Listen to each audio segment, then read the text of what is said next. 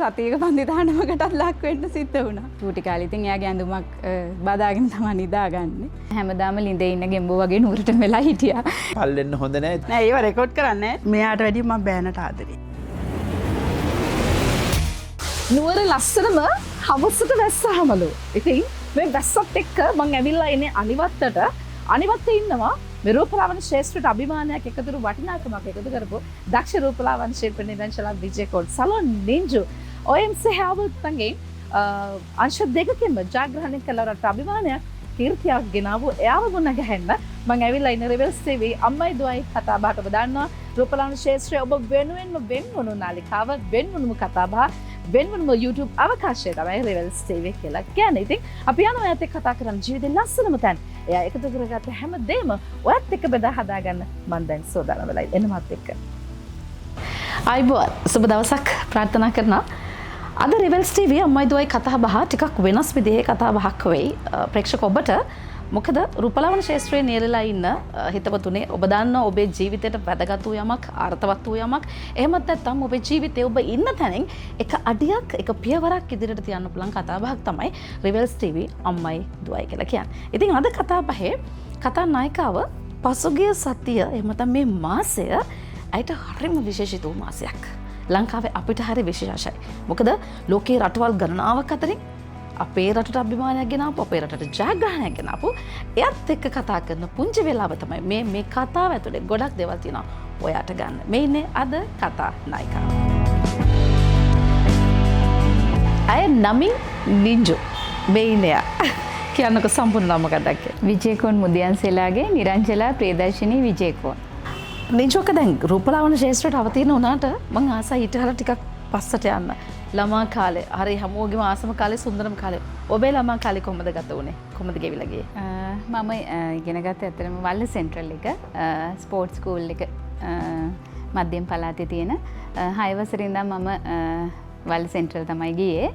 එතකොට මම පොඩි කාලේ හොස්ටල් එකේ හිටියේ වල්ල සෙන්ට්‍රල් එකේ. මොකද මගේ අම්මා විදේශගත වෙලා හිටියේ එතකොට.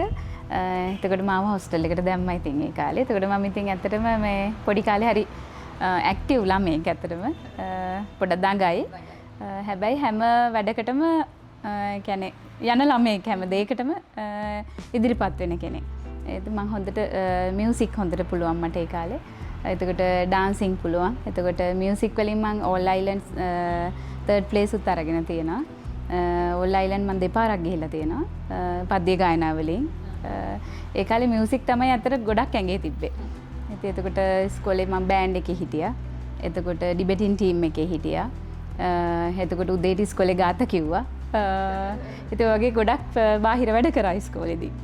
ඉතින් හැමෝම දන්න චරිතයක් මගේ නම කිව්වා මේ ඉස්කෝලේ යන කාලේ. ඉස්කෝලේ යන කාලේ හැමෝම නම කිව්වම දන්නවලු. මොකද වැඩි හරියක්ම පනිෂ්මන්ට් හම්බෙලා තියෙනවා නින්ජුට ඉස්කෝලේ යන කාලේ. දඟ වැඩවලට ගොඩක් පනිෂ්මන්ට් හම්බෙලා තියෙනවා. يعني මගේ ෆීල්ඩ් එකත් එක්ක බද්ධ වුණ සුන්දරම මතකයේ තමයි මොකද මම 9 වසර 10 වසර වගේ ඉද්දි පොඩි ටූල් එකක් මම ඉස්කෝලේට ඉස්සෙල්ලා අරන් යනවා. මොකද මේ අම්මා ගෙනත් දීලා තියෙන අම්මා රට ඉද්දි ගෙනාවා ටුයිස් එකක්. ඉතින් එතකොට අයිබ්‍රෝස් හදන්න. ඒ කාලේ වැඩි ඇහිබැම හදන ඒවා නැහැ. වැඩි කවුරුත් දන්නෙත් නැහැ ඒ ටූල් එක මොකක්ද කියන්න.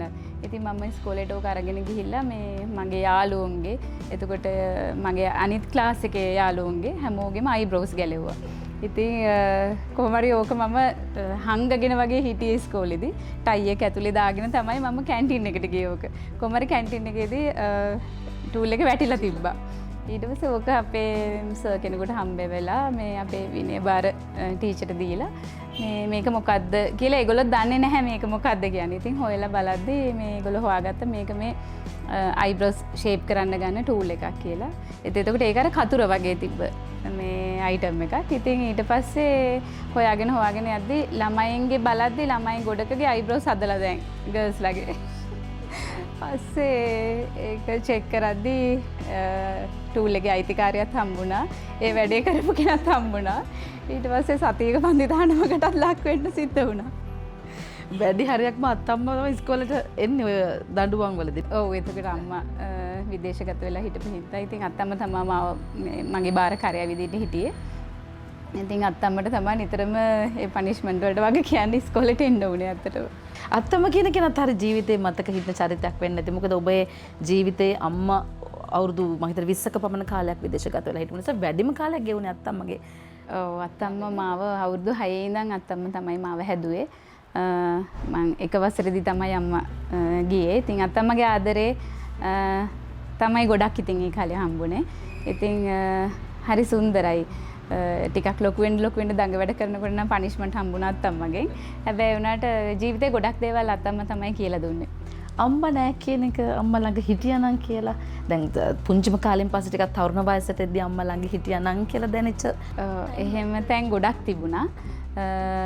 අම්මා නෑ කියලා ඒ කියන්නේ දැනෙන කාලෙ වෙද්දී ගොඩක්ම දුක් වුණා ඇත්තටම. එතකොට ඉතින් අඬනවා ඇත්තටම. අම්මා ලංකාවට ඇවිල්ලා යනකොට මම අඬනවා ඉතින්. චූටි කාලේ ඉතින් එයාගේ ඇඳුමක් බදාගෙන තමයි නිදාගන්නේ. ඉතින් ඇත්තටම අම්මා ඕනේ කියන තැන තිබ්බා ගොඩක් ඕනේ තැන් තිබ්බා. හැබැයි අඩුව පිරුණා මේ මොකද අම්මගේ සහෝදරියෝ 4 දෙනෙක් තව ඉන්නවා. අම්මත් එක්ක 5 දෙනයි. ඒ හැමෝම මට අම්මලා ඉතින්. පුංචි අම්මලා ලොකු අම්මලා ඒ හැමෝම අම්මා වගේ හැම දෙයකටම ළඟ හිටියා. අත්තම්මත් හිටියා. ඉතින් ඒක නිසා අර එහෙම ලොකුවට දැනුන්නේ නැහැ. හැබැයි අර අනිත් අයගේ අම්මලා එනකොට මේ අනිත් ළමයිගේ අම්මලා ඉස්කෝලේ එනකොට මගේ අම්මා ඉතින් නැති එක අඩුව දැනුණා මට ගොඩක්. ඒත් ඉතින් අම්මා මං වෙනුවෙන් ගියපු නිසා මං වෙනුවෙන් දේවල් කරපු නිසා මට අඩුවක් තිබුණේ නැහැ. පොඩි කාලේ ඉඳන් ඉල්ලන හැමදේම මට ගෙනල්ලා දුන්නා. ඇත්තටම සැපට හැදුණා ඉතින් ඒ කාලේ. එයා නිසා කිසිම අඩුවක් මට ජීවිතේ දැනුන්නේ නැහැ ඇත්තටම. නින්ජු එමතන් නිරංජන පවුලේ එකම දරුවා. අධ්‍යාපනයෙන් ඉහළටම ගිය දරුවෙක්. අධ්‍යාපනයෙන් උපරිම ඉස්කෝලේ ලකුණු ගත්ත කෙනෙක්. ඒ මතක ඇති ගුරුවරුගේ කොහොමද ලැබුණෝ තල්ලුව ඔබේ අධ්‍යාපනයට අපි ගැන මතක් කරමු. මම ඇත්තටම මේ ගොඩක් මියුසික් පැත්තට තමයි මේ ගොඩක් බර වුණේ. මොකද මියුසික් ටීම් එකේ හිටියා. එතකොට බෑන්ඩ් එකේ හිටියා. ඔය වගේ ගොඩක් මියුසික් පැත්තටම තමයි මම කලාව පැත්තට තමයි ගොඩක් හිටියේ. හැබැයි ඒ වුණාට O level results වලින් පස්සේ මටත් තේරුමක් තිබුණේ නැහැ මං කොයි පැත්තටද යන්න ඕනේ කියන මාව ගයිඩ් කරන්න එහෙම කෙනෙක් ලොකුවට හිටියේ නෑ ඒ කාලේ. ඉතින් යාළුවෝ හැමෝම කොමර්ස් කරනවා. ඉතින් මටත් මැත්ස් වලට හොඳ මාක්ස් තිබුණා. ඉතින් මමත් හිතුවා කොමර්ස් කරන්න ඕනේ කියලා. ඉතින් මම කොමර්ස් සිලෙක්ට් කරගත්තා. ඉතින් ඊට පස්සේ කොහොම හරි A levels උත් ඉවර වෙලා A levels උත් මම හොඳට පාස් වුණා. හැබැයි කැම්පස් යන්න තරම් නෙමෙයි. ඒත් මම චාටඩ් කරන්න පටන් ගත්තා. චාටඩ් මම කොහොම හරි මගකට යනකම් ඇත්තටම ෆයිනල් කරන්න මට හම්බුන්නේ නැහැ. මම මගකට යනකම්ම කරලා නතර කරා. ඊට පස්සේ කොහොම හරි අම්මා මාව එහිට ගෙන්න ගත්තා. ඉතින් අම්මා මාව සිංගප්පූරුවට ගෙන්නගෙන මාව එහෙ කැම්පස් එකට දාන්න ලෑස්ති වුණා. ඉතින් මං ටික කාලයක් ඉඳලා මට ඉන්න බෑ යාළුවෝ නැහැ එහෙම කියලා. මේ අමාරුවෙන් කොහොමරි ආයිත් ආව ලංකාවට. නින්ජෝක එතකොට රූපලාවන්‍ය කියන ඔබේ පළවෙනි වෘත්තියද නැත්නම් මීට කලින් රැකියාවල නිරත වෙලා තියෙනවද? කොහොමද? නැහැ රැකියාවල නිරත වෙලා කියන්නේ මම කියන්නේ බිස්නස් කියන දේ චූටි කාලේ ඉඳන් ඇඟේ තියෙනවා ඉතින්. A level කරලා ක්ලාසස් යද්දි චාටර්ඩ් ක්ලාසස් යද්දිත් මම මේ පොඩි බිස්නස් එකක් කරා. මොකද මේ මට දැන් ඕනේ සල්ලි හොයන්න. ඉතින් එතකොට මේ ඒ කාලේ සිසු උදාන පොතේ තිබ්බ සල්ලි ටික දැන් 18 ඉවරුණා විතරයි මම සල්ලි ටික අරගෙන මේ පොඩි කඩයක් දැම්මා. ඒ කියන්නේ අම්මා රටින් එවන බඩු මම ඉතින් ඒව දාලා විකුණනවා.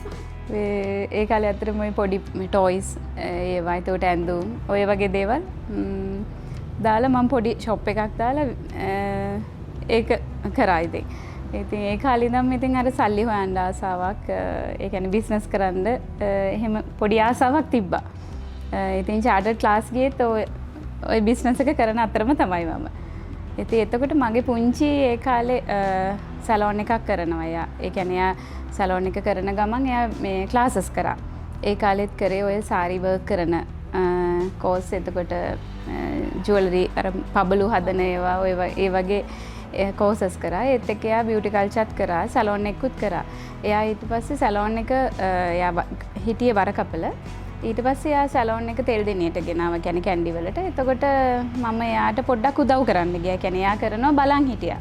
පොඩ්ඩක් උදව් කරන්න. එහෙම ගියාම තමයි මට පොඩ්ඩක් ආසෙ හිතුනේ ෆීල්ඩ් එක ගැන. හැබැයි ඉතින් මට පොඩ්ඩක් මේකප් කරන එක පොඩ්ඩක් පුළුවන් ඒ කාලේ. මොකද ඉස්කෝලෙත් බෑන්ඩ් එකේ මගේ යාළුවන්ගේ මේකප් ටික කරන්නේ මම. මොකද මගේ ළඟ ඒකට සම්පත් තිබුණා මේ අම්මා ලිප්ස්ටික් එතකොට කලර් පැලට්ස් ඒවා පවුඩර් ඒවා ගේනවා. ඉතින් ඒවා ළමයි ළඟ කාගේවත් ළඟ ඒ කාලේ තිබුණේ නැහැ. ඉතින් මම ওই ටික ඔක්කොම අරන් ගිහින් හැමෝගෙම ඉතින් මේකප් කරනවා දන්න විදියට. ඉතින් ඕක තමයි ආරම්භය. ඉතින් පුංචි කරනවා බලන් ඉඳලා තාස වුණා. පස්සේ මං අම්මා මාව සිංගප්පූරුවට එක්කන් ගියාට පස්සේ මම බෑ කියලා එද්දී අම්මා කෝ එහෙනම් ඉතින් ඔයාලට දැන් ගිහින් කරන්න ජොබ් එකක් නැහැනේ. ඔයා සැලෝන් එකක් දාගන්න එහෙනම්. ඔයා ආස දෙන්නේ කියලා. එතකොට මං ඇත්තටම කෝස් එකක් කරලා තිබුණේ නැහැ. මේ සැලෝන් එකක් දාගන්න කියලා එයා මට සල්ලි දුන්නා පොඩිවට සැලෝන් එකක් ස්ටාර්ට් කරන්න ඒ කාලේ හැටියට. ඉතින් ඇත්තටම චූටිවට මං සැලෝන් එක දැම්මා.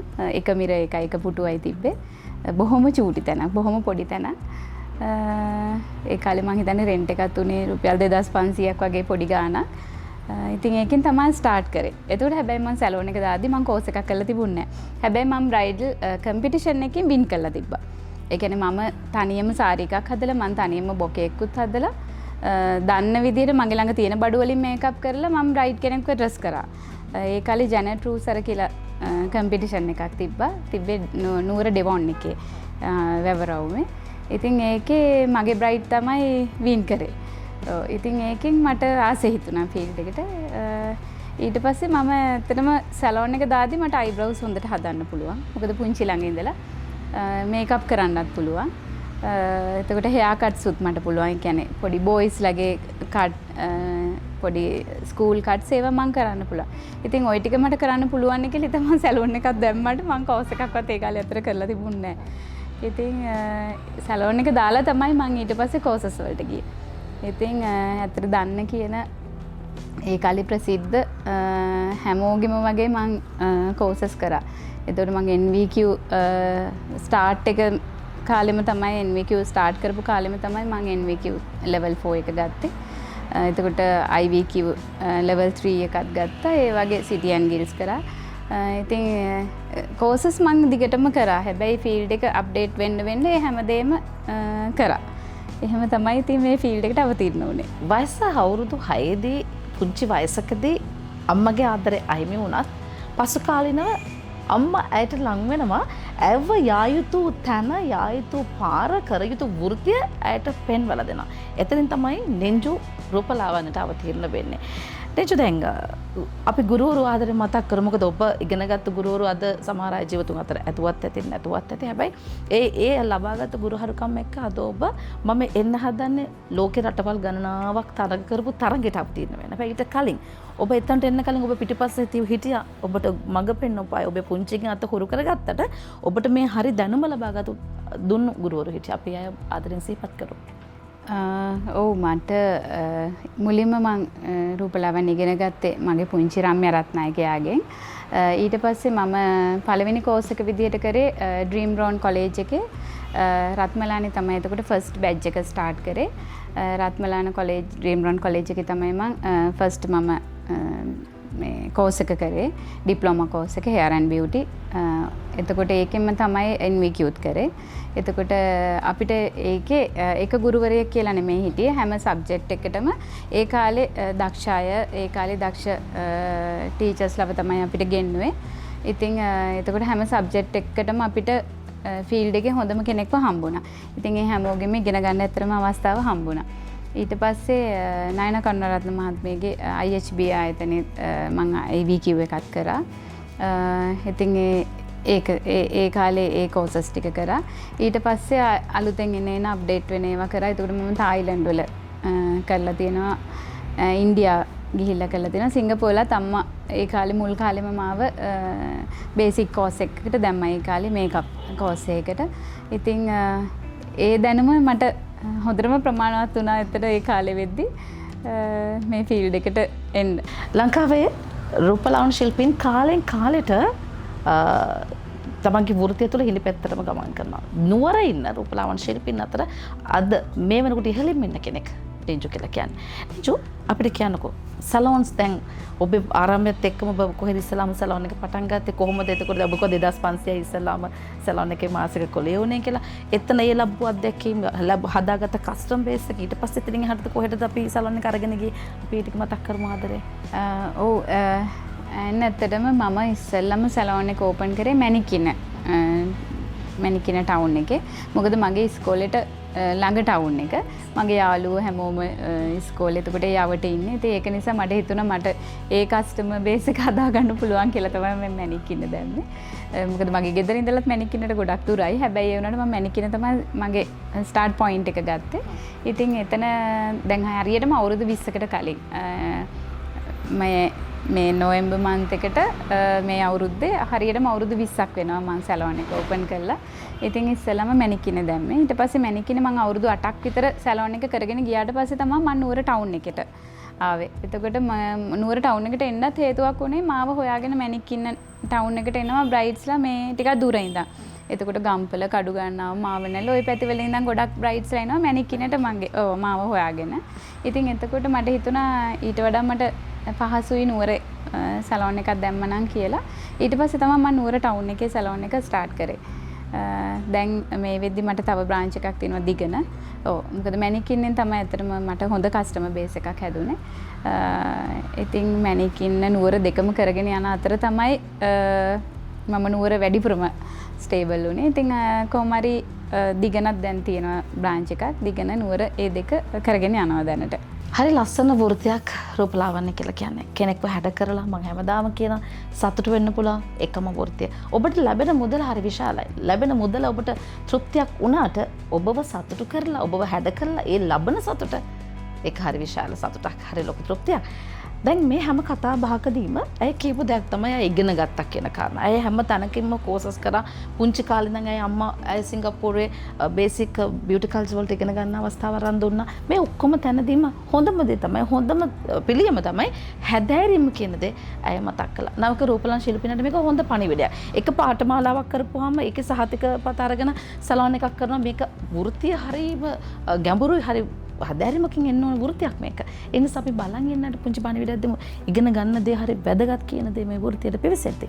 ඔව් ඇත්තටම මම සැලෝන් එක ඕපන් කරාට සැලෝන් එක ඕපන් කළා දැන් ඒදාට හම්බ වෙන සල්ලි මම නාස්ති කරේ නෑ.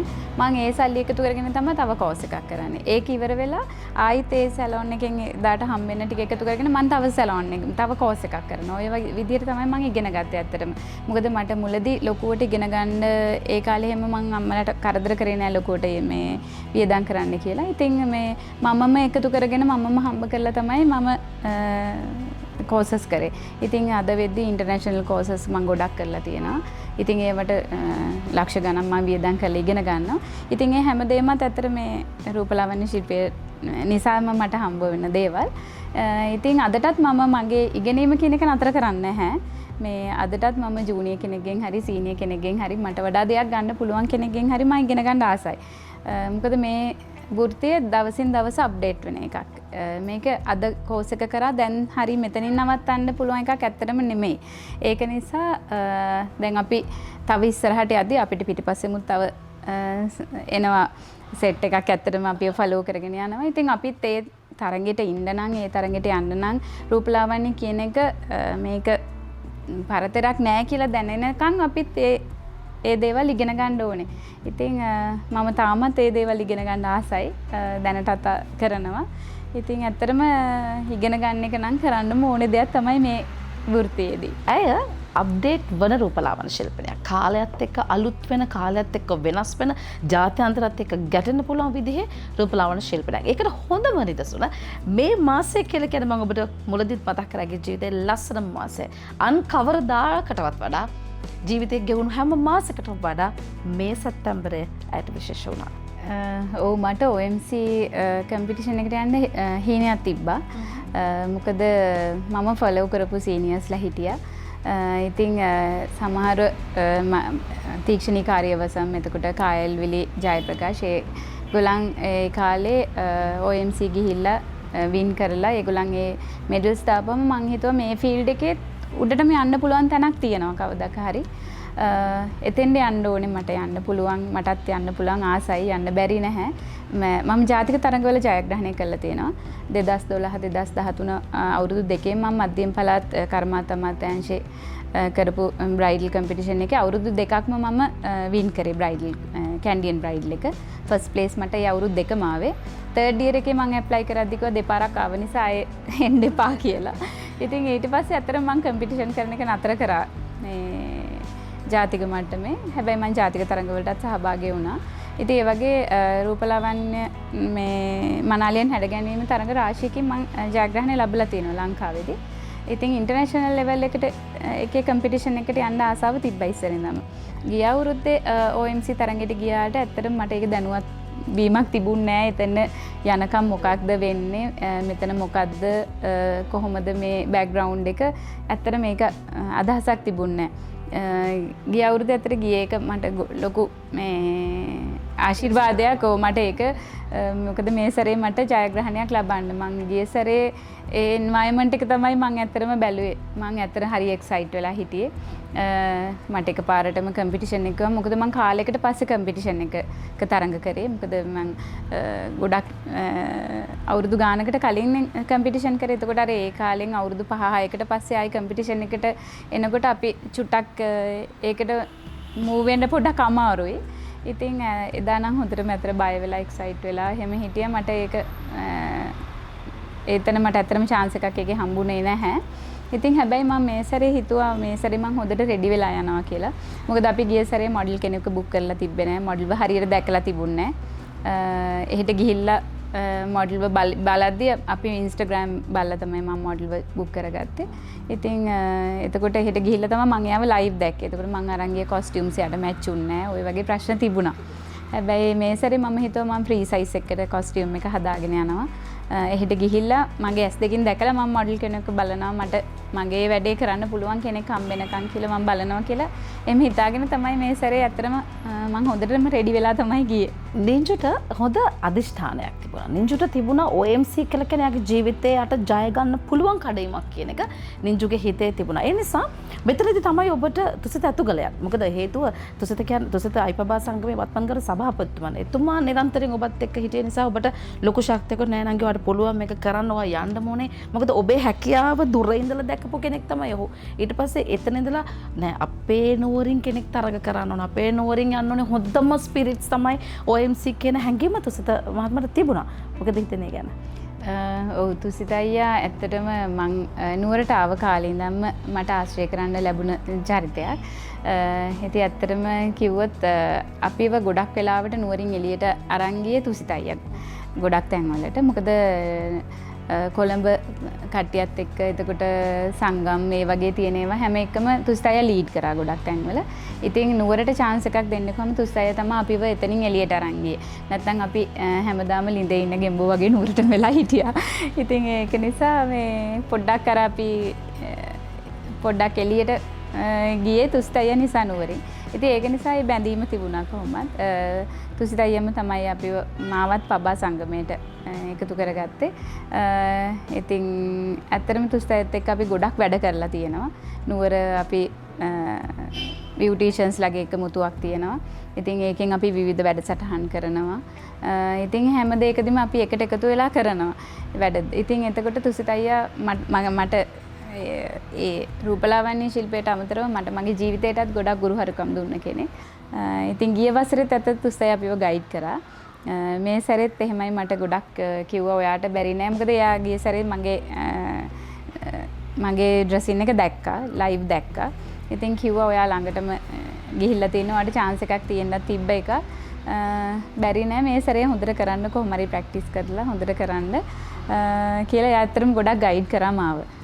මේ සැරෙත් මට උදව් කරා. මට බොකේ එක හදලා දුන්නේ තුසිත අයියා. ලස්සන බොකේ එකක් කරලා දුන්නා. එතකොට මගේ ඩ්‍රෙස් එකෙත් පොඩි අඩුපාඩු ටිකක් තිබ්බයි. ඒ ටිකත් තුසිත අයියා කම්ප්ලීට් කරලා දුන්නා. ඒ වගේම මම ඔන්ලයින් ස්මෝකි අයි එක කරද්දි ඒකට මට මැච් වෙන ජුවලරි සෙට් එකක් තිබුණේ නැහැ. ඉතින් තුසිත අයියා තමයි කිව්වේ කැන්ඩියන් එකක් කරමු. මගේ ළඟ මෙන්න මේ වගේ සෙට් එකක් තියෙනවා. මම දෙන්නම් කියලා එයා ඒක ලෝභ නැතුව මට ගෙනල්ලා දීලා මෙහෙම කරන්න කියලා. ඉතින් එයා මේ ඒකටත් මාව පෙළඹෙව්වා ඇත්තටම. ඇත්තට ඒකෙමුත් මට සිවන ස්ථානය හම්බුණා ස්මෝකි අයි මේකප් එකෙත්. ඒක ඇත්තට ලොකුම අමාරුම තරගය මං හිතන්නේ ස්මෝකි අයි මේකප් එක. කියන්නේ අපි ඔන්ලයින් කරාට මොකද ඒගොල්ලෝ ලයිව් නෙමෙයි ඒක බලන්නේ. ලොකු ස්ක්‍රීන්ස් වලට දාලා පුංචි ඩීටේල්ස් පවා zoom කරලා බලලා තමයි ඒගොල්ලන් ඒකේ ජජ්මන්ට් එක දෙන්නේ. ඉතින් එතකොට ඒකේ ෆොටෝ එකේ නැචරල් බව තියෙන්නත් ඕනේ. එතකොට මේකප් එකත් ඒගොල්ලන්ගේ සියුම් ටැන්ක් පවා ඒගොල්ලන් බලලා තමයි දෙන්නේ. ඉතින් ස්මෝකි අයි එකක් වින් කරනවා කියන්නේත් ලයිව් මොඩල් කෙනෙක් වින් කරනවටත් වඩා ලොකු ජයග්‍රහණයක් කියලා මේ හිතෙනවා. නින්ජුගේ ජීවිතේ ලස්සනම කාලය දැන් තමයි පටන් ගන්න තියෙන්නේ. මම එහෙම කියන්නේ අය වෘත්තිමය ජීවිතය සාර්ථකයි, ඇගේ පෞද්ගලික ජීවිතය අය සාර්ථකයි, අය වටා ඉන්න පිරිස සාර්ථකයි. ඒ නිසා අය ශක්තිමත්. දැන් සූදානම් වෙන තුසලතු ගලන්ගේ මතක නින්ජු ගැන කොයි වගේද කියලා ඔබත් එක්ක කතා කරමු. නුවර ඉන්න අපිට ජේෂ්ඨයා තමයි අපේ ජේෂ්ඨතම රූපලාවන්‍ය ශිල්පියා තමයි තුසිතතු ගල. කියන්නේ වසර 30ක් සම්පූර්ණ වෙන තැන හෝ ඔගේ ජීවිතය එකතු කරගත්ත දේ බොහොමයි. තුසිතයි නින්ජු කොහොමද ඔයාට දැනෙන්නේ? ඇත්තටම නින්ජු කියන්නේ අපේ ශේෂ්ත්‍රයේම සහෝදරියක් තමයි.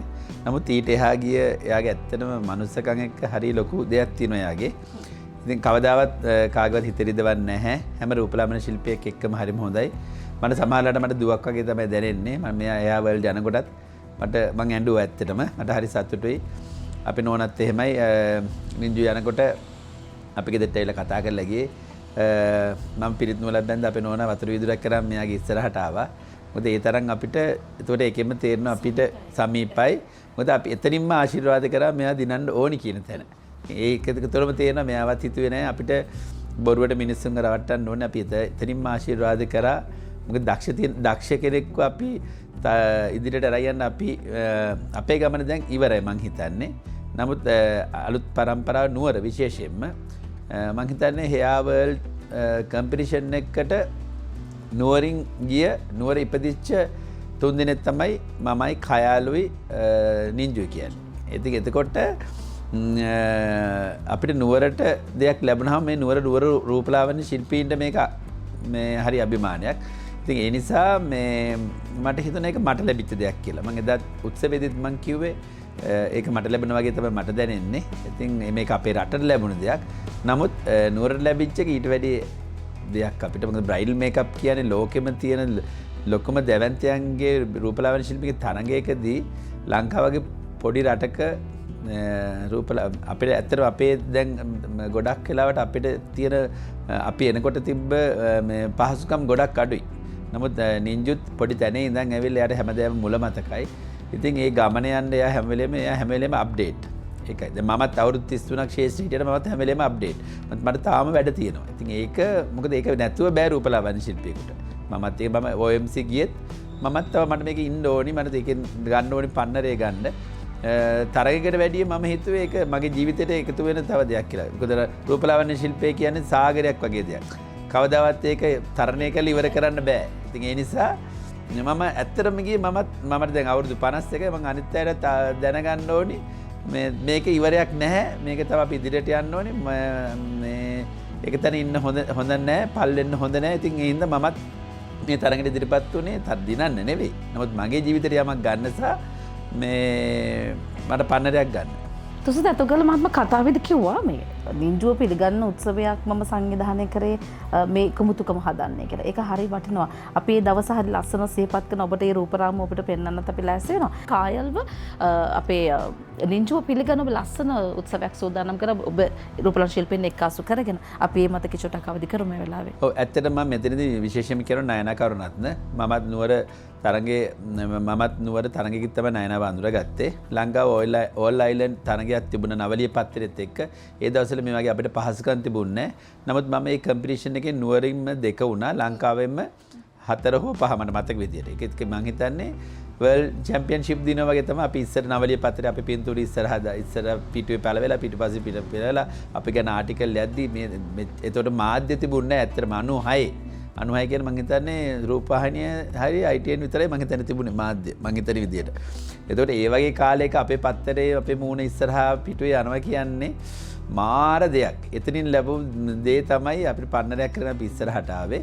එතකොට දැන් මට ඒ වෙලාවේ හැඟුණ හැඟීම සහ මේ ළමයිව ඇගෙයිවේ නැත්තම් මේ ළමයිට මෙතනදිම ඒක නිකන් මං හිතන්නේ ඒගොල්ලෝ රටකදී ගියරන් කෑ ගැහුවට වැඩිය ලංකාවේ ඉන්න ටික ශිල්පීන් එකතු වෙලා ඒගොල්ලෝ පිළි අරගෙන ඒගොල්ලන් නොහිතපු දෙයක් කරපුවාම ඒ ළමයි තාවත් ශක්තිමත් වෙනවා. ඉතින් එතකොට දැන් මේක එක තරගයක් නේ බ්‍රයිඩල් මේකප් කියන්නේ. තව ඒ වර්ල්ඩ් හෙයා කම්පිටිෂන් එකේ තව තරග ගොඩක් තියෙනවා. මට මතකයි කාලේ දැන් කතාවේදීත් කියනවා මට ආපෞසරයක් කරන්න හේතුණා. මට මේ සම්මානේ ගත්තට වැඩිය පදක්කම ගත්තට මෙතනදි මට ඊට වැඩිය දෙයක් දැනුණා. මට ලබන අවුරුද්දෙත් කරන්න හිතෙනවා. ඉතින් මට ඒකෙම තේරෙනවා අපි කරපු වැඩේ හරේ එතනින්ම ඒගොල්ලන්ට දැනුණා නම් අපිට ඒක තමයි මේකේ තියෙන මේ වටිනාකම කියලා මම හිතන්නේ. වසර 33ක් අඛණ්ඩව මේ වෘත්තිය තුළ නියැලෙන ඔහුගේ බලාපොරොත්තුව තව බොහෝ දෙනෙක් ජයග්‍රාහකකින් කරන්න, නුවරින් තව ජයග්‍රාහකයෝ බිහි කරන්න. ඒ විතරක් නෙවෙයි ජාත්‍යන්තරයේ අපේ පුංචි රට දිනවන්න ඔහුට ලොකු කැක්කමක් තියෙනවා. ඔහුගේ ලේවල ඒක තියෙනවා. ඒක කකියනවා. මොකද අපේ වෘත්තිය තව ඉස්සරහට යන්න ඕනේ කියන කාරණාව. අපි ඒ ගැන හරි අභිමාණයෙන් ආඩම්බරෙන් කතා කරනවානේ. ඔයගොල්ලන්ගේ ජීවිතේ රූපලාවන්‍ය ජීවිතේ සැලුන් එකටම යට වෙලා හම්බ කරහට වැඩක් නැහැ. මේ ජාත්‍යන්තර තරග රටේ තියෙන තරග වලට ඉදිරිපත් වෙනවා. ඒකට ඒගොල්ලන්ට මාර මොරාල් එකක් එන්නේ. තමන් ගැන ලොකු හැඟීමක් තව වැඩ කරන්න පුළුවන් කියන එක දැනෙනවා. ඉතින් මම අනාගත පරපුරට කියන්නේ නින්ජුව කයාල්ව තීක්ෂණීය ආදර්ශයට ගන්න රූපලාවන්‍ය ශාස්ත්‍රයේ යන්න පුළුවන් උපරිම තැන ඉත යන්න. ඒකට මම ඔයගොල්ලන් කියනවා මේගොල්ලන්ගේ ආදර්ශයට අරගෙන ඒ ගමන තව තවත් ආලෝකමත් කරගන්න කියලා. මේ කතාබහේදී මට තේරිච්ච දෙයක් වැඩි කාලයක් නිନ୍ଦ කියන දේ කැප කරපු අය. මුදල් වියදම් කරපු අය. හම්බෙන මුදල් ඉගෙන ගන්න වියදම් කරපු අය. ඒ විතරක් නෙවෙයි නිදි වරලා නොකානබී හම්බ කරලා මේ වෘත්තියට වටිනාකමක් එකතු කරා විතරක් නෙවෙයි තමන්ගේ ජීවිත සාර්ථක කරගන්න මේ වෘත්තිය හරහා ඒගොල්ලන්ට ලැබුණ දේ ඉතාමත් මහත්. එයාගේ ජීවිතයට පන්නරයක් ලැබුණ මේ වෘත්තිය. ඒ නිසා අපි සූති බන්ධන අද මේ ආරාධනාව අරගෙන රිවල්ස් ටීවී අම්මයි දුවේ කතා බහට ඔබ එකතු වුණාට හරි සතුටුයි. මොකද ඔබේ සහෝදරිය ඔබේ නැගණියක් විදිහට ජීවිතේ ජයගත්තු ඒ විතර නෙවෙයි මේ OMC හැවල් තරගේ ජයග්‍රහණය කරපු නින්ජු ගැන කතා කරන දාවාඩු ගොඩක් ස්තුතියි අයියේ. සතුටුයි අයිබෝන්. සැප්තැම්බර් 14 වෙනිදා ෆ්‍රාන්ස්යේ පැරිස් නගරයේදී OMC හැවල් තරගේ රටවල් 122ක් තරඟ වදිනවා. මේ තරඟකාරයන් අතරට අපේ රටේ තරගකරුවන් 4 දෙනෙක් එකතු වෙනවා. නින්ජුත් ඒ අවස්ථාව උදා කරගන්න. ඇත්තට මේ සැරේ මට ලොකු බයක් තිබුණේ නැහැ. මොකද මම සූදානම් වෙලා ගියේ. මොකද 35 minutes වලින් අපි මේකප් එක කරන්න ඕනේ, කම්ප්ලීට් කරන්න ඕනේ. ඉතින් විනාඩි 35ට මම ප්‍රැක්ටිස් කරා. මොකද මට ටයිමින් ගිය සැරේත් මට ටයිමින් වලට කරගන්න ඇත්තට අමාරු වුණා. මම මේ සැරේ ටයිමින් වලටම තමයි කරේ. ඉතින් මම නිතර සැලොන් එකේ ඉන්න මගේ ඇසිස්ටන්ට්ලටත් ප්‍රැක්ටිස් කරලා කොහොම හරි මම ටයිමින් හදාගත්තා.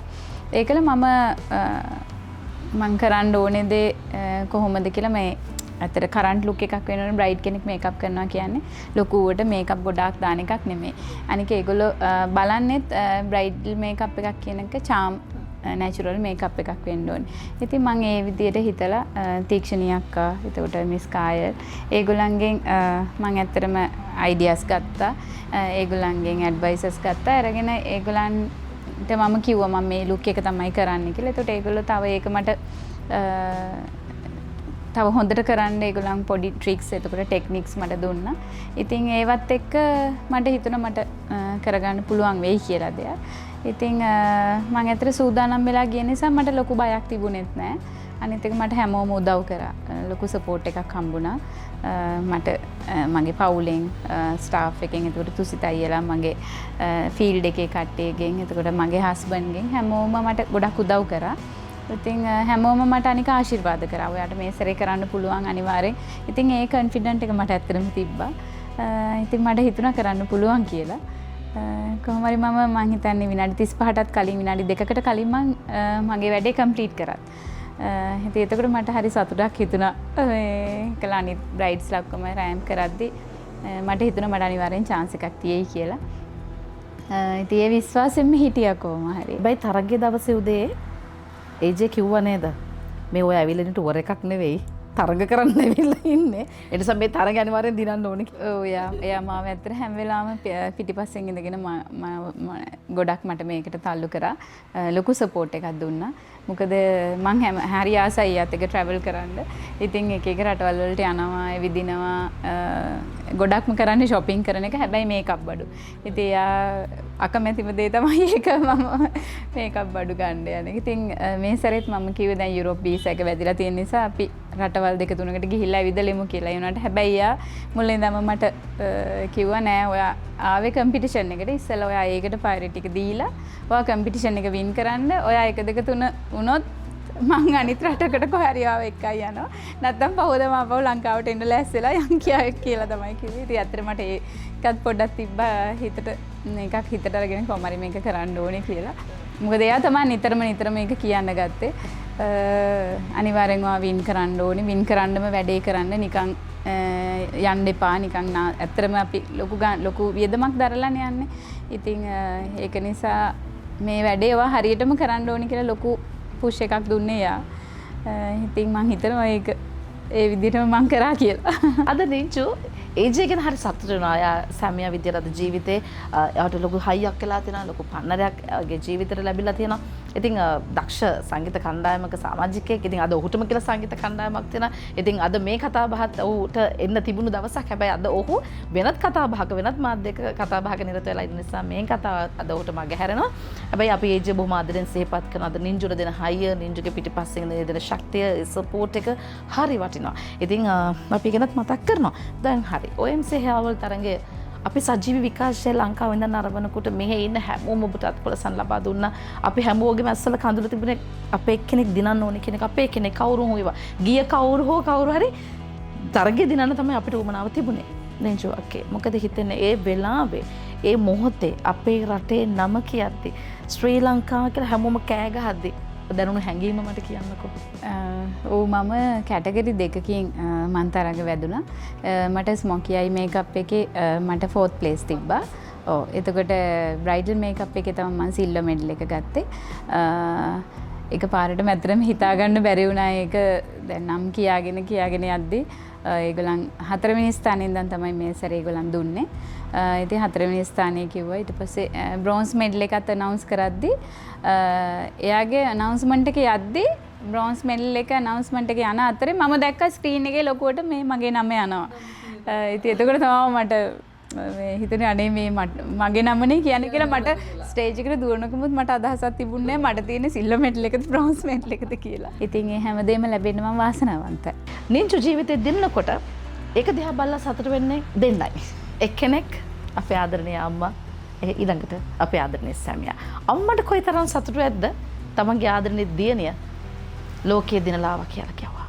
අපි අම්මගේ සතුට කතාව දැන් අහන්න යන්න. මේ ඉන්නේ නිංජුගේ ආදරණීය අම්මා පත්මා කුමාරී රත්නායක ආදරණීය මෑණියන්. කතා බහට අපි එකතු කරගන්න රිවල්ස් ටීවී අම්මයි දුවයි කතා බහට. මොකද මේ කතා බහේ ඇය විශේෂ වන්නේ ඇයත් දැන් රූපලාවන්‍ය ශිල්පිනියක්. ඒ නිසා ඇයත් මේ රූපලන්ට අවතීර්ණ වෙලා තියෙන නිසා අපිට ගොඩක් දේවල් ඇයත් එක්ක කතා කරන්න පුළුවන් මේ පුංචි වෙලාව ඇතුළත. අපි ආසයි ඔබතුමියත් එක්ක කතා කරන්න. දැන් මේ කතා බහේ අපි මේ වෙන් කරන්නේ නිංජු වෙනුවෙන්. නිංජු පුංචි කාලේ කොහොමද අම්මට දැනුනේ? හොඳ ළමෙක්. ඇත්තටම ඒ දවස්වල අගහිඟකම් තිබ්බා. ඒතකොට මං තීරණය කරා රට යන්න. අකමැත්තෙන් හෝ මගේ අම්මට දාලා ගියා. ඒතකොට මෙයා ඇත්තටම කැමති නෑ ඇඬුවත් එක්ක. ඒත් මං ගිහිල්ලා මෙයාට උගන්වන්න හැමදේම කරා. ඊට පස්සේ කොමාරි සාමාන්‍ය පෙළ දක්වාම කරා. ඊට පස්සේ මෙයා උසස් පෙළ පාස් වුණා. ඊට පස්සේ මං හිතන්නේ කැම්පස් යන්න ලකුණු ගානයි අඩු වෙලා තිබුණේ. ඊට පස්සේ ඔය අතරතුර මෙයා කොහොමරි නංගි ළඟ වැඩ කරා. ඊට පස්සේ එතනත් මාස ගාණක් ඉඳලා මෙයාව මං ගෙන්නගත්තා සිංගප්පූරුවට. ඊට පස්සේ මාසයක් විතර ඉන්නකොට මං යනවා වැඩට. මෙයාට ඉංග්‍රීසි පත්තරයක් ගෙනත් දීලා යනවා. එතකොට මෙයා කියනවා අනේ මට මේවා කරන්න බෑ මම යනවා යන්න කිව්වා. මම ඕ තරහා ගිහිල්ලා. ඊට පස්සේ කමන්නේ එන ඔයා ගිහිල්ලා සැලොන් එකක් දාගන්නකෝ කියලා මං සල්ලි ටිකකුත් දීලා ඇයි අම්ම සැලොන් එකක් දාගන්නකෝ කියලා කිව්වේ? මෙයාට තියෙනවා හොඳ මේ දැනුමක් තියෙනවා ඒ ගැන. අම්මා දැනන් හිටියා ඒක. මම දන්නවා. මං පොඩි කාලේ ඒ ඉද්දි මම මෙයාට ওই රූපලාවන්‍ය අයිටම් එවනවා. එතකොට මෙයා ඉතින් ඒ වගේ ප්‍රයෝජන ගත්තා. ඒව හරිය ආදරෙන් පරිස්සම් කරලා තියාගෙන ඒ වගේම වැඩක් ගත්තා. අද අම්මට සතුටුයි නේද? ඒ අම්මා දුක් මහන්සියලා හම්බ කරේ නිංජුගේ ජීවිතයත් සපෝට් කරන්න. ඒ හැම දෙයක්ම එව්වේ නිංජුව ලස්සනට තියන්න. නිංජු ලස්සනට ඉන්න ගමන් නිංජු තව අයව ලස්සන කරන්න වෘත්තිලා තව තියෙන උන නිසා අම්මගේ මහන්සිය වතුර ගියේ නැහැ. ඒ නිසා අම්මට සතුටු වෙන්නේ. සතුට. මෙයා ඇත්තටම ගොඩාක් දුක් විඳා. ওই රූපලාවන්‍ය ශේෂ්ත්‍රේ ගොඩාක් දුක් විඳා. මම හිතන්නේ ගෙදර තිබ්බ කන්නාඩි මේසේ අරන් ගිහිල්ලා තමයි පටන් ගත්තේ. ඒ කන්නාඩි මේසෙත් දෙකම තාමත් තියෙනවා. අවුරුදු 20 ගාණක් වෙනවා. ඊට පස්සේ මෙයා ඉතින් පාන්දර අපිට මල් හොයන්ට කියනවා අර හෙඩ් ඩ්‍රෙස් එහෙම හදන්න. ඉතින් කේක් හදන්න ගොඩට දුක්ින්දා කොහොම හරි මෙයා කෝස් එක කරා පාන්දර යනවා ආයෙ රැයට එනවා. කොහොම කරලා අද හොඳ තත්ත්වෙ හිටියා. අම්මගේ කතා බහින් තේරෙන්නේ නින්ජු එයාගේ ජීවිතේ දිනන්න කොයිතරම්නම් කට්ටක් කන්න ඇද්ද. අම්මා නින්ජුගේ ජීවිතය සපෝට් කරන්න ලොකුම කට්ටක් කෑවා. නින්ජුව අද යම් තාක් දුරට ගෙනාව නම් අද නින්ජු තැනක ඉන්නවා නම් ඒකේ සම්පූර්ණ ගෞරවය අම්මට හිමි වෙයි. මොකද අම්මා තමයි යාගේ ශක්තිය බවට පත් උනේ. එහෙමනම් දැන් අපි කතා කරන්න සූදානම් වෙන්නේ පద్ම මහත්මිය. දැන් ඔබත් රූපලාවන්‍ය ශිල්පියෙක්. මේ රූපලාවන්ට අවතීර්ණ උනේ කොහොමද? සාමාන්‍යයෙන් අම්මගෙන් දැනගෙන තමයි දුව රූපලාවන්ට අවතීර්ණ. හැබැයි මෙතනදී දුව කරනවා දැකලා අම්මට තාස හිතලා මෙයා ටීම් රෝන් කොලේජ් එකේ කෝස් එක කරලා දැන් ඉවරයි. දැන් මටත් ආස හිතුණා. එතකොට අපේ දුව අහනවා ඇයි අම්මා මොනවා කරන්න බලාගෙනද ඔය කෝස් එක කරන්නේ කියලා. මං ඊට පස්සේ ඔයාගේ සැලොන් එකේ හරි මං කොහේ හරි වැඩ කරන්නම්කෝ කියලා. මෙයා කැමති නෑ දැන් මං ඒක කරනවට. අද අම්මට සතුටු වෙන්න කාරණා දෙකක් තියෙනවා. එකක් නින්ජු වෘත්තිමය විදිහට රූපලාවන්‍ය ශාස්ත්‍රයේ දිනලා ඉවරයි. ඒ වගේම නින්ජුට ආදරන සැමියෙක් හම්බුන එක ගැනත් සැමියගේ ආදරය ලබන එක ගැනත් අම්මා හරි සතුටින් ඉන්නේ. එහෙම නේද? කොහොමද නින්ජුගේ දිහා බලලා අම්මා මොනවද හිතන්නේ? මොකක්ද දැන් අම්මාද දැන් සතුට කොයි වගේද නින්ජුගේ ජීවිතේ? එතන ගොඩාක් සතුටුයි. මොකද මේ දෙන්න සතුටින් ඉන්නයි ඒ තරම් සතුටක් මට තවත් නෑ. මොකද මට ඇතට ඇස් දෙකට පේනවනේ. මගේ දුවට අදටත් ආදරේ මෙයාට වැඩිය මම බෑනට ආදරේ. නින්ජු පුංචි කාලේ නින්ජුගේ අම්මා ලස්සන බොඩික් හොද යාට අස්සක ලස්සන චුටි කරාවුද හැමදේම අඩුවක් නැතුව නින්ජුගේ අම්මා නින්ජුට දුන්නා. අද නින්ජු පුංචිවත් අඩුවක් කරන්නේ නැතුව එයාගේ අම්මව ආදරෙන් බලා ගන්නවා. මේ වෘත්තියෙන් එයා උපයන දේ අම්මව සතුටු කරන්න පුළුවන් හැමදේම කරනවා. ඒ ගැන කිව්වේ එයාගේ ආදරණීය අම්මා. ඇත්තටම නින්ජු මාව හොඳට බලාගෙන මගේ දුව මේ කෑම බීමකින් අඩුවක් කරන්නේ නැහැ. මාව කොහෙවත් ගියත් හැමදේම බලන බේත් ටික මට අරන් දෙනවා. ඒ වගේම මාව රටවලටත් මගේ බර්ත්ඩේ එක ලොකුවට සමරනවා. ඇත්තටම මම ඒ ගැන ගොඩාක් සතුටු වෙනවා.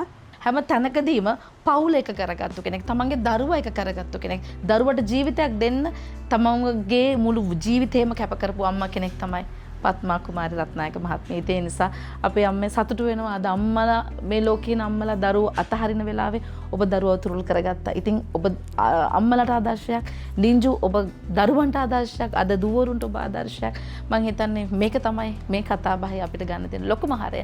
ජීවිතේ ඔබ කොතනක වැටුණත් ඔබ නැගිටලා ආපහු හැරලා බලද්දී සතුටු වෙන්න පුළුවන් දේවල් විතරක් වගේ ජීවිතේට එකතු කරගන්න කියලා බොහොම ආදරෙන් මතක් කරනවා. බොහොම ස්තුතියි කතාවට එකතු වුණාට. එළඹෙන නොවැම්බර් මාසයට නින්ජුගේ වෘත්තිමය ජීවිතයට අවුරුදු 20ක් සම්පූර්ණ වෙනවා. මේ අවුරුදු 20 තුළ ඇගේ ජීවිතයේ කරපු කැපකිරීම, නිදි වරපු පැය ගණන් නොකනවි වැඩ කරපුවා. ඒ වගේම තමයි යාගේ පිටිපස්සේ ඉඳලා යට ශක්තියක් උනේ යාගේ පවුලේ අය. මේ හැම කෙනෙක් ගැනම අය බොහොම කෘතවේදීව සිහිපත් කරනවා. එතනදී අම්මා සහ ආදරණීය සැමියා තාත්තා මේ හැමෝම යාගේ ජීවිතේ ඔයාගේ වටේ හිටපස්ස යාගේ ස්ටාෆ් එක අපි හැමෝටම ස්තුතියි කියන වෙලාව තමයි දැන්. ඔව් මං වසර 20ක් වෙනවා මේ නොවැම්බර් වලට ෆීල්ඩ් එකට ඇවිල්ලා. ඉතින් දහස් ගණනක් මනමාලිය මගේ හැඩ වෙලා තියෙනවා. ඉතින් මේ ගමනෙන්න මට උදව් වුණ මගේ පාරිභෝගික සේවාදායකයන් හැමෝටම මම ගොඩක් ස්තුතිවන්ත වෙනවා. මේ ගමනේ තාමත් මාව වසර 20ක්ම මාව විශ්වාස කරගෙන එන පාරිභෝගිකයන් තවමත් ඉන්නවා. ඉතින් ඒ හැමෝටමත් ස්තුතියි. ඒත් එක්කම මගේ අම්මා තාත්තා දෙන්නම මගේ ළඟ ඉන්නේ. දෙන්නම දැන් මම බලාගන්නේ. ඉතින් ඒ දෙන්නගේ ආශිර්වාදය මට හැම වෙලාවම හම්බ වෙනවා. ඒත් එක්ක මගේ සැමියා මට ගොඩක් උදව් කරනවා මගේ මේ ගමනේ මට ඉහළටම යන්න. ඉතින් එයා ඇත්තටම මාව එක ලෙවල් එක නෙමෙයි තියන්නේ. එයා හැම වෙලාවම මාව තව පොඩ්ඩක් ඉදිරියට හැම වෙලාවම එක ස්ටෙප් එකක් හරි ඉදිරියට මාව අරයි යන්න උත්සාහ කරන හැම වෙලාවකම. ඉතින් එයාටත් ගොඩක් ස්තුතියි. ඒ වගේම මගේ පවුලේ අය, මගේ ස්ටාෆ් එක දැන් 15ක් විතර සමාජිකයෝ මගේ ළඟ ඉන්නවා, මගේ දරුවෝ වගේ. ඉතින් ඒ හැමෝටමත් ස්තුතියි. මෙතෙක් මට මගේ ෆීල්ඩ් එකේ එතකොට මහනුවර ප්‍රදේශයේ මගේ රූපලාවන්‍ය ශාස්ත්‍රයේ ඉන්න මගේ සියලුම මගේ හිතමිතුරන් මගේ සොහොයුරන් එතකොට මගේ මේ ෆීල්ඩ් එකට අදාළ ජයරූප ශිල්පීන් එතකොට ෆ්ලවර්ස් කරන හැමෝම මේ ෆීල්ඩ් එකේ ඉන්න හැමෝම ඇත්තට මගෙත් එක්ක හරිම එකතුයි මට හරිම ආදරේ. ඉතින් හැමෝමත් මම සිහිපත් කරනවා මට වචනකින් හරි උදව් කරපු හැමෝටම. ඉතින් ඇත්තට මේ දවස්වල මම ගොඩක් හැමෝගෙම ආදරය ලැබෙන වෙලාවක මම ඉන්නේ. ඉතින් හැමෝටම මට දෙන ආදරයට හැම දෙයකටම ඉතින් ස්තුතියි. ඔයාටත් ගොඩක් ස්තුතියි අද මාව මේ සාකච්ඡාවට සම්බන්ධ කරගත්තට. ඔයාටත් එතකොට මధుර මගේ සහෝදරයා යාටත් ගොඩක් ස්තුතියි. එමනම් ජය ප්‍රාර්ථනා කරන්න හැමදේම තව තවත් හොඳ විදියට වෙන්න කියලා හදවතින්ම සුබ ප්‍රාර්ථනා කරන ඔබ ස්තුතියි. අයිබෝවන්.